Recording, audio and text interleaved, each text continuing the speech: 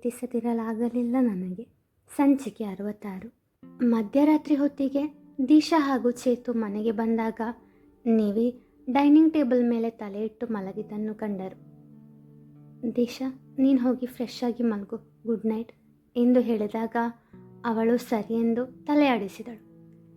ಚೇತು ನಿವಿ ಪಕ್ಕ ಬಂದು ಕುಳಿತವನೇ ಅವಳ ಮುಖದ ಮೇಲೆ ಬಿದ್ದ ಕೂದಲನ್ನು ಹಿಂದಕ್ಕೆ ಸರಿಸುತ್ತಾ, ನನಗೋಸ್ಕರ ಕಾದು ಕಾದು ಸುಸ್ತಾಗಿ ಮಲಗಿಬಿಟ್ಟಿಯ ಚೆರಿ. ಸಾರಿ ಕಣೋ, ಆಫೀಸಲ್ಲಿ ತುಂಬ ಕೆಲಸ ಆಯಿತು. ನಿನಗೆ ಕಾಲ್ ಮಾಡೋಣ ಅಂದರೆ ನಿನ್ನ ಮೊಬೈಲ್ ಸ್ವಿಚ್ ಆಫ್ ಬರ್ತಿತ್ತು ಅಂತ ದಿಶಾ ಹೇಳಿದ್ಲು.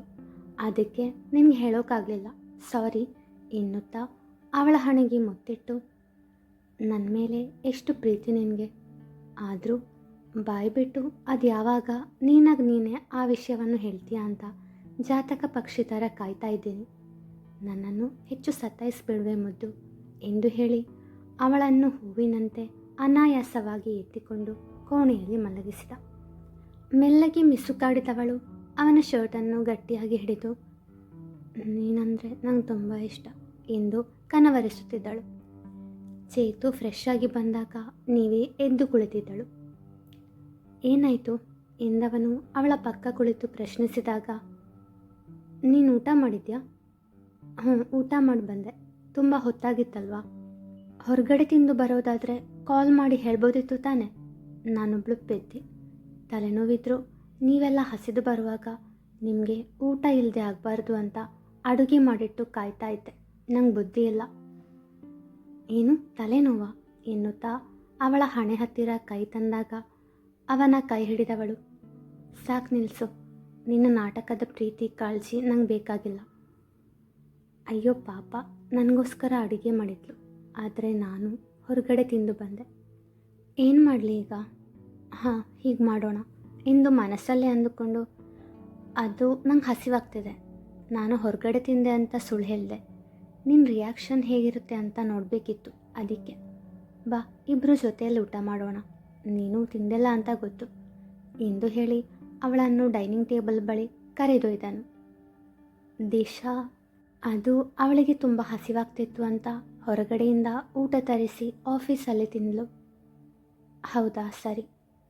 ಅವನೇ ಅವಳಿಗೆ ಊಟ ತಟ್ಟೆಗೆ ಹಾಕಿಕೊಟ್ಟು ತಾನು ಊಟ ಮಾಡಿದ. ಆದರೆ ಅವನಿಗೆ ತಿನ್ನಲು ತುಂಬ ಕಷ್ಟ ಆಗ್ತಿತ್ತು. ಹೊರಗಡೆ ಹೊಟ್ಟೆ ತುಂಬ ಫ್ರೈಡ್ ರೈಸ್ ತಿಂದು ಬಂದಿದ್ದ, ಹೇಗೋ ಕಷ್ಟಪಟ್ಟು ತಿನ್ನುತ್ತಿದ್ದ. ಅದೇ ವೇಳೆಗೆ ದಿಶಾ ನೀರು ಕುಡಿಯಲು ಬಂದವಳು, ನೀನು ಫ್ರೈಡ್ ರೈಸ್ ತಿಂದು 1 ಗಂಟೆ ಕೂಡ ಆಗಿಲ್ಲ, ಇಷ್ಟು ಬೇಗ ಇಲ್ಲಿ ಊಟ ಮಾಡ್ತಿದ್ಯಾ, ಅದು ಹೇಗೋ ಎಂದಾಗ ಚೇತು ಪೆಚ್ಚಾಗಿ ಹೋದ. ನೀವಿ ಅವನನ್ನೇ ದುರುಗುಟ್ಟಿ ನೋಡಿ ಅಲ್ಲಿಂದ ಎದ್ದು ಹೋದಳು. ಏ ದಿಶಾ, ಏನೇ ನೀನು? ಪಾಪ ಅವಳು ನಮಗೋಸ್ಕರ ಅಡುಗೆ ಮಾಡಿ ತಾನೂ ತಿನ್ನದೆ ನಮಗೋಸ್ಕರ ಕಾಯ್ತಾ ಇದ್ಲು. ಹೊರಗಡೆ ತಿಂದು ಬಂದದ್ದು ಅವಳಿಗೆ ಗೊತ್ತಾದರೆ ಬೇಜಾರು ಮಾಡ್ತಾಳೆ ಅಂತ ನಾನು ಅವಳ ಜೊತೆ ಊಟಕ್ಕೆ ಕೂತಿದ್ದೆ. ನೋಡು, ಅವಳು ಸರಿಯಾಗಿ ಊಟ ಮಾಡಿಲ್ಲ, ಎಲ್ಲ ನಿನ್ನಿಂದ. ಛೇ, ಸಾರಿ ಕಣೋ, ಗೊತ್ತಾಗಲಿಲ್ಲ. ಹೋಗೆ ನೀನು ಎಂದು ಊಟದ ತಟ್ಟೆ ಹಿಡಿದುಕೊಂಡು ಕೋಣೆಗೆ ಹೋದ.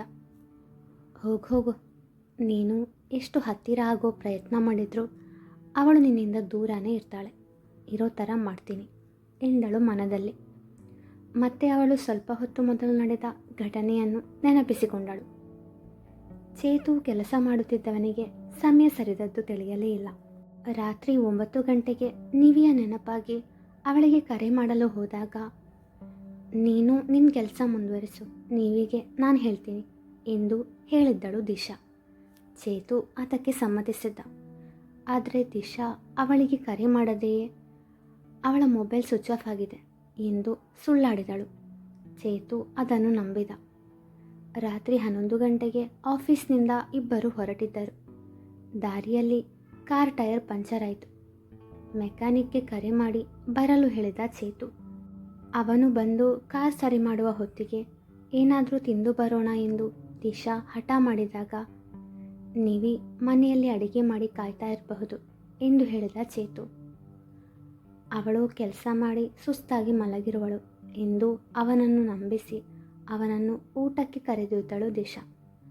ಅವನಿಗೂ ಹಸಿವಾಗಿದ್ದರಿಂದ ಹೆಚ್ಚು ವಾದ ಮಾಡದೆ ಅವನು ಅವಳ ಜೊತೆ ಹೊರಗಡೆ ಊಟ ಮಾಡಿದ. ತನ್ನ ಪ್ಲ್ಯಾನ್ ಪ್ರಕಾರ ಎಲ್ಲ ಸರಾಗವಾಗಿ ನಡೆಯುತ್ತಿದೆ ಎಂದುಕೊಂಡವಳು ಕಳ್ಳ ಹೆಜ್ಜೆ ಇಡುತ್ತಾ ಚೇತು ಕೋಣೆ ಹೊರಗೆ ಅವಿತು ನಿಂತಳು. ನಿವಿ ಮುಖ ಊದಿಸಿಕೊಂಡು ಕುಳಿತಿದ್ದಳು.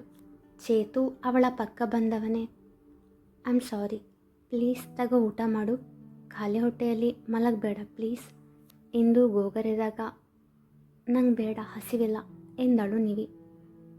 ಪ್ಲೀಸ್ ಸ್ವಲ್ಪ ಆದರೂ ಊಟ ಮಾಡು, ನನಗೋಸ್ಕರ ಪ್ಲೀಸ್, ನಾನೇ ಊಟ ಮಾಡಿಸ್ಲಾ ಎಂದು ಅವಳಿಗೆ ತಿನ್ನಿಸಲು ಹೋದಾಗ ಮೊದಲು ತಡೆದವಳು ಆಮೇಲೆ ತಮ್ಮನ್ನು ಯಾವುದೋ ನೆರಳು ಗಮನಿಸ್ತಾ ಇದೆ ಎಂದು ತಿಳಿದಾಗ ಬಾಯಿ ತೆರೆದು ತಿಂದಳು.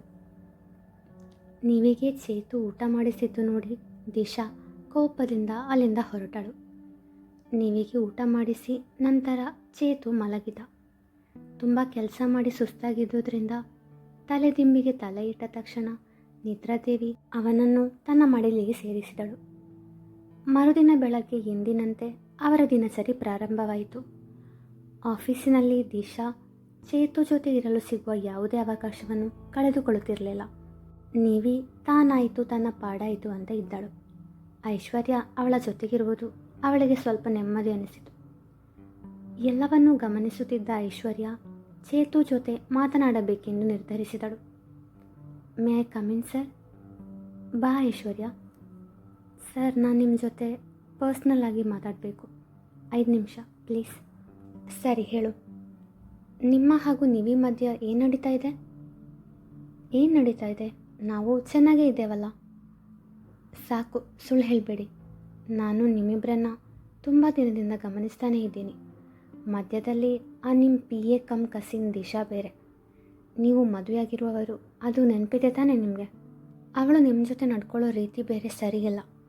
ಆಫೀಸಲ್ಲಿ ನೀವು ನಿವಿ ಗಂಡ ಹೆಂಡತಿ ಅಂತ ಯಾರಿಗೂ ಗೊತ್ತಿಲ್ಲ. ನೀವ್ಯಾಕೆ ಇನ್ನೂ ಹೇಳಲಿಲ್ಲ? ನಾನಿನ್ನೂ ಏನೂ ಮುಚ್ಚಿಡಲ್ಲ. ನಾವಿಬ್ಬರು ಒಬ್ಬರನ್ನೊಬ್ಬರು ತುಂಬ ಪ್ರೀತಿಸ್ತಿದ್ದೇವೆ. ಆದರೆ ಇಬ್ಬರು ಮನಸ್ಸು ಬೆಸಿ ಮಾತಾಡಿಲ್ಲ. ನಾನೆಷ್ಟೋ ಸಾರಿ ಪ್ರಯತ್ನ ಪಟ್ಟೆ ಅವಳ ಬಾಯಿಂದ ಪ್ರೀತಿ ಹೇಳಿಸೋಕೆ, ಆದರೆ ಸಾಧ್ಯ ಆಗಲಿಲ್ಲ. ಅದಕ್ಕೆ ದಿಶಾ ಜೊತೆ ಕ್ಲೋಸ್ ಆಗಿರೋ ಥರ ನಡ್ಕೊಂಡು ಅವಳ ಬಾಯಲ್ಲಿ ಐ ಲವ್ ಯು ಹೇಳಿಸ್ತೀನಿ.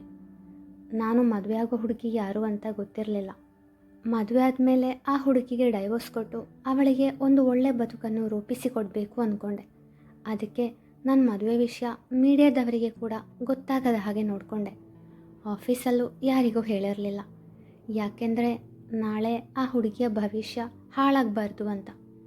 ಆದರೆ ನಾನು ಮದುವೆ ಆಗುವ ಹುಡುಗಿ ನಿವಿ ಅಂತ ಮೊದಲೇ ಗೊತ್ತಿದ್ದರೆ ಎಲ್ಲರಿಗೂ ತಿಳಿಸಿ ಗ್ರ್ಯಾಂಡಾಗಿ ಮದುವೆ ಆಗ್ತಿದ್ದೆ. ವಾಟ್? ಅಂದರೆ ನಿಮಗೆ ಮದುವೆ ಆಗೋ ಹುಡುಗಿ ನಿವಿ ಅಂತ ಗೊತ್ತಿರಲಿಲ್ವಾ? ಇಲ್ಲ, ಮನೆಯವರಿಗಾಗಿ ಮದುವೆ ಆದೆ. ನಿವಿ ನನ್ನನ್ನು ಗಂಡ ಅಂತ ಮನಸ್ಫೂರ್ತಿಯಾಗಿ ಒಪ್ಪಿದ ಮೇಲೆ ಆಫೀಸಲ್ಲಿ ಎಲ್ರಿಗೂ ವಿಷಯ ತಿಳಿಸೋಣ ಅಂದ್ಕೊಂಡೆ. ಮುಂದಿನ ವಾರ ಒಂದು ಪಾರ್ಟಿ ಅರೇಂಜ್ ಮಾಡ್ತೀನಿ. ಅದರಲ್ಲಿ ನೀವಿ ನನ್ನ ಹೆಂಡತಿ ಅಂತ ಎಲ್ಲರ ಮುಂದೆ ಅನೌನ್ಸ್ ಮಾಡ್ತೀನಿ. ಆದರೂ ಆ ದಿಶಾ ಬಗ್ಗೆ ನನಗೆ ಯಾಕೋ ಅನುಮಾನ. ಡೋಂಟ್ ವರಿ, ದಿಶಾ ನನಗೆ ಸಹಾಯ ಮಾಡ್ತಿದ್ದಾಳೆ. ಬೇರೆ ಯಾವ ಉದ್ದೇಶನೂ ಇಲ್ಲ ಅವಳಿಗೆ. ನೀನು ಸುಮ್ಮನೆ ಅವಳ ಮೇಲೆ ಅನುಮಾನ ಪಡಬೇಡ. ನನಗೆ ಅನಿಸಿದ್ದನ್ನು ಹೇಳಿದೆ ಅಷ್ಟೆ. ಸರಿ, ನಾನು ಬರ್ತೀನಿ. ಓಕೆ. ಹೀಗೆ ದಿನಗಳು ಕಳೆದವು. ಅವತ್ತು ಆಫೀಸಲ್ಲಿ ಎಲ್ಲ ಸ್ಟಾಫ್ ಹೋಗಿದ್ದರು. ನಿವಿ ಮಾತ್ರವೇ ಇದ್ದದ್ದು. ಅವಳು ಯಾವುದೋ ಫೈಲ್ ಸಲುವಾಗಿ ಅವನ ಕ್ಯಾಬಿನ್ಗೆ ಹೋದಾಗ ಅಲ್ಲಿ ಕಂಡ ದೃಶ್ಯ ನೋಡಿ ನಿಂತಲ್ಲೇ ಕಲ್ಲಾದಳು. ಮುಂದುವರಿಯುವುದು.